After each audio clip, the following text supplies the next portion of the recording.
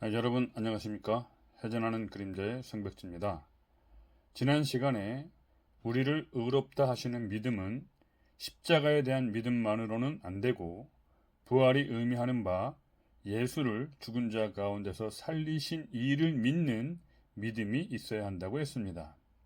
하나님이 예수를 죽은 자 가운데서 살리신 이유는 아브라함의 후손, 곧 아브라함의 믿음을 쫓는 자로 하여금 세상의 후사로 삼으시겠다는 그 약속을 지키시기 위해서입니다. 또 세상의 후사라는 약속은 진리에 속한 약속인데 이 진리는 예수의 무덤에서의 부활로는 충분히 증거되지 않는다고 했습니다. 오히려 이 진리는 예수의 성육신 사건을 통해 충분히 증거될 수 있다고 했습니다. 곧 아브라함의 믿음을 쫓는 우리로 하여금 예수의 성육신 사건에 참여하게 하시는 하나님의 은혜가 그것입니다. 모든 사람이 구원을 받으며 진리를 아는 데 이르기를 원하시는 하나님께서는 우리 또한 예수를 따라 영과 육의 하나됨의 진리를 마음이나 지식이 아니라 이 몸으로 깨닫기를 원하십니다. 또한 그 진리를 통해 세상의 후사라는 약속이 헛된 것이 아니라 참된 것, 곧 진리에 속한 것임을 깨닫기를 원하십니다. 우리로 하여금 약속을 기업으로 받기를 원하시는 것이죠. 그래서 오늘은 약속을 기업으로 받기 위해 필요한 아브라함의 믿음에 관해 살펴보고자 합니다. 아브라함은 무엇을 어떻게 믿었는지 제대로 알고 있어야 우리 또한 믿음의 조상 아브라함의 후손이 되기에 부족함이 없을 것이기 때문입니다. 하나님이 아브라함과 약속을 세우실 때에 아브라함은 자식이 없었습니다. 그래서 창세기 15장에 보면 아브라함은 자기 집에서 길리운 자가 자기의 후사가 될 것이라고 생각했습니다. 그러나 하나님은 내 몸에서 날 자가 후사가 될 것이고 하늘의 뭇별과 같이 번성하리라고 말씀하셨습니다. 이를 아브라함은 믿었고 하나님께서는 이 믿음을 아브라함의 의로 여기셨습니다. 그런데 하나님은 후사뿐만 아니라 이 땅을 아브라함에게 유업으로 줄 것이라고 하셨습니다. 이에 아브라함은 매우 의미심장한 질문을 합니다. 창세기 15장 8절에 그가 가로되 주 여호와여 내가 이 땅으로 업을 삼을 줄을 무엇으로 알리이까? 이 땅을 업으로 삼을 줄을 무엇으로 알리이까?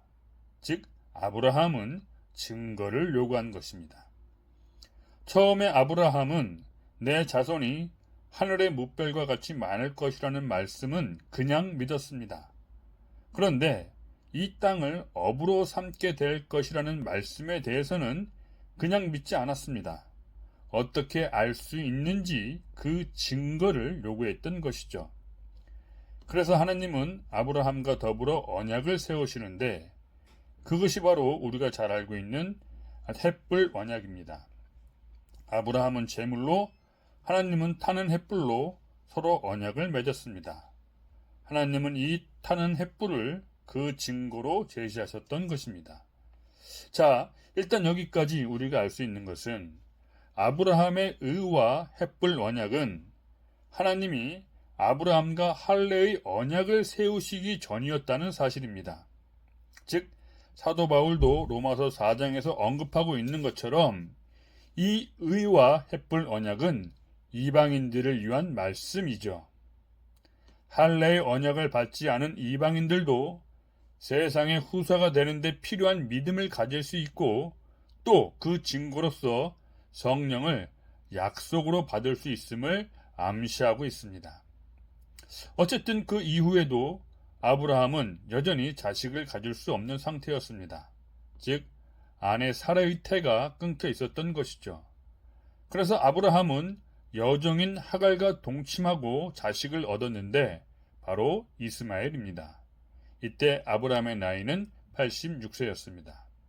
그리고 하나님은 하갈에게도 이스마엘의 후손들로 하여금 그 수가 셀 수 없을 만큼 크게 번성하게 할 것이라고 하셨습니다. 그래서 아브라함은 처음에는 이스마엘을 통해서 하나님의 약속이 성취될 것이라고 생각했죠.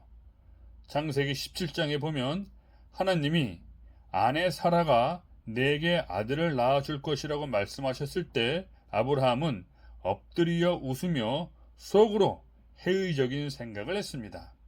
그래서 이스마엘이나 하나님 앞에 살기를 원한다고 했죠. 어쨌든 이스마엘도 아브라함의 몸에서 난 자인 것은 분명하니까 말입니다. 그러나 하나님의 계획은 따로 있었습니다. 하나님은 아브라함이 99세 때에 아브라함과 할례의 언약을 세우시고 더불어 아브라함의 아내 사레가 내게 정령 아들을 낳을 것이고 그를 통해 후사에 대한 언약을 이어가시겠다고 말씀하셨습니다. 반면 하나님은 이스마엘과는 따로 언약을 세우시지 않았습니다. 단지 그의 자손도 무수히 번성하고 열 왕이 그에게서 나올 것이라고만 말씀하셨습니다. 이러한 기록이 암시하는 바는 매우 중요하기 때문에 본문을 한번 읽어보겠습니다. 창세기 17장 19절에서 21절 말씀입니다. 하나님이 가라사대 아니라 내 아내 사라가 정녕 내게 아들을 낳으리니 너는 그 이름을 이삭이라 하라. 내가 그와 내 언약을 세우리니 그의 후손에게 영원한 언약이 되리라.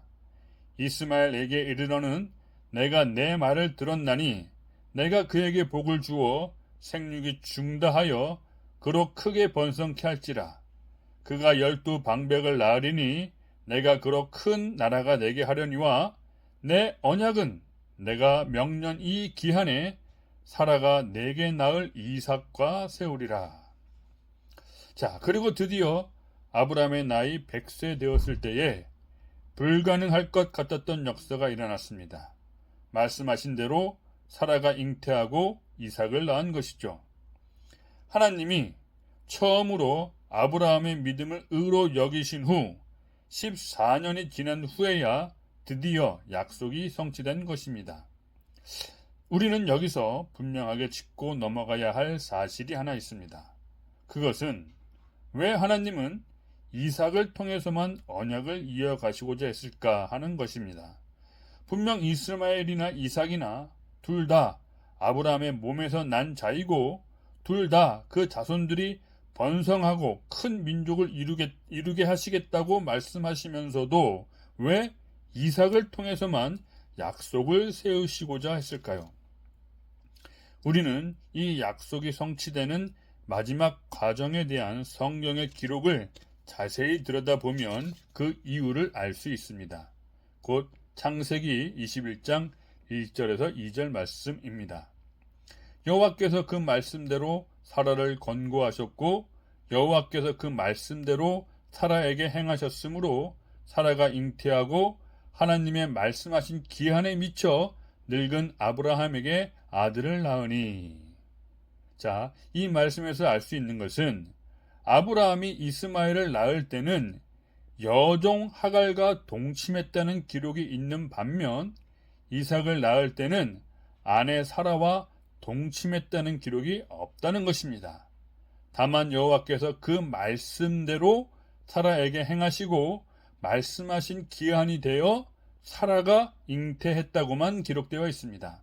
다시 말해 이스마엘은 하나님이 그 말씀하신 대로 행하시고 말씀하신 기한이 되어 낳은 자식이 아니라 아브라함이 자기 아내 사라의 말을 듣고 자기 임으로 자기 여종에게서 낳은 자식입니다.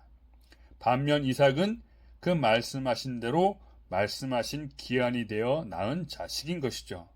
그것도 90세가 다 되어 태가 끊긴 것 같은 아내 사라를 통해서 말입니다. 바로 이러한 사실 때문에 하나님은 이스마엘이 아닌 이삭을 통해 언약을 이어가시고자 했던 것입니다. 우리는 이 대목에서 매우 중요한 사실을 깨달을 수 있습니다. 그것은 만유의 후사라는 언약은 처음에는 아브라함의 믿음과 타는 횃불로 시작했지만 그 언약의 성취는 하나님이 말씀하신 대로 행하시고 말씀하신 기한이 되어야 이루어진다는 사실입니다. 우리가 임의로 자의적으로 어떻게 한다고 해서 이루어지는 것이 아니라는 것입니다.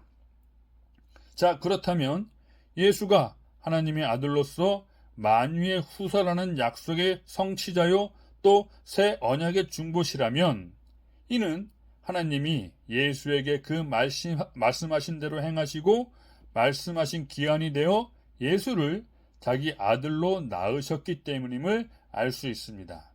왜냐하면 이삭은 하나님의 아들 예수를 예표하기 때문입니다. 다음의 말씀들이 그 증거이지요. 첫째, 누가복음 1장에 보면 천사와 마리아가 대화하는 장면이 나옵니다. 마리아가 천사에게 말하되 나는 사내를 알지 못하니 어찌 이 일이 있으리이까.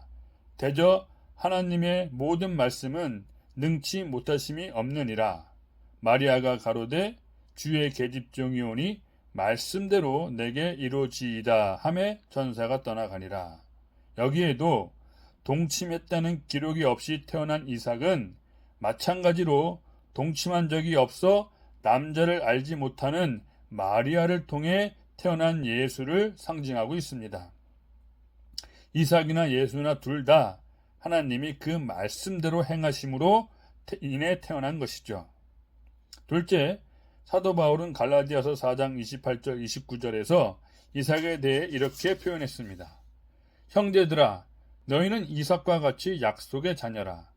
그러나 그때에 육체를 따라 난 자가 성령을 따라 난 자를 핍박한 것 같이 이제도 그러하도다.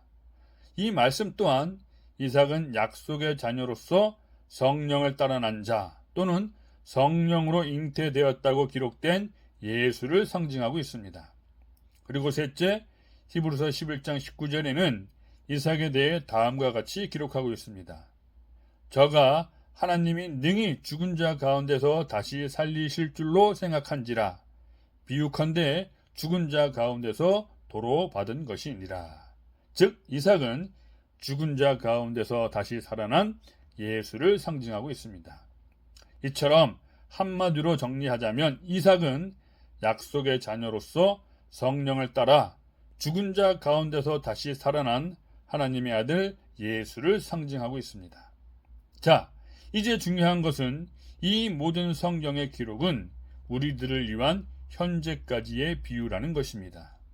오늘날 전 세계에 허다한 별과 같이 무수히 많은 그리스도인들이 있지만 그들이 모두 이삭과 같은 약속의 자녀라고 할 수 없습니다. 비록 처음에 아브라함처럼 의롭다함 받고 또 약속에 대한 증거로서 타는 횃불이 상징하는 바 성령을 받은 그리스도인들이라 할지라도 하나님이 그 말씀대로 그들에게 행하지 않으신다면 그들은 여전히 이스마엘의 자손인 것입니다. 그러나 우리에게는 아직 이삭의 후손이 될 기회가 남아 있습니다. 그렇지 않다면 하나님이 저를 보내시지 않았을 것입니다. 세례 요한이 광야에서 이렇게 외쳤습니다. 마태복음 3장 12절 손에 키를 들고 자기의 타작 마당을 정하게 하사 알곡은 모아 곡간에 들이고 쭉정이는 꺼지지 않는 불에 태우시리라.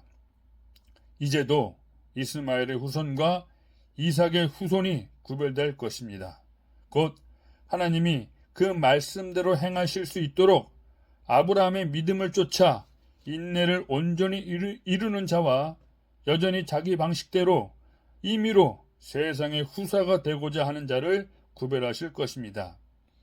이삭을 따라 약속의 자녀로 세움 받고자 하는 모든 아브라함의 후손들에게 권고하고 싶은 성경 말씀이 있습니다. 즉 야고보서 1장 4절 인내를 온전히 이루라. 이는 너희로 온전하고 구비하여 조금도 부족함이 없게 하려 함이라.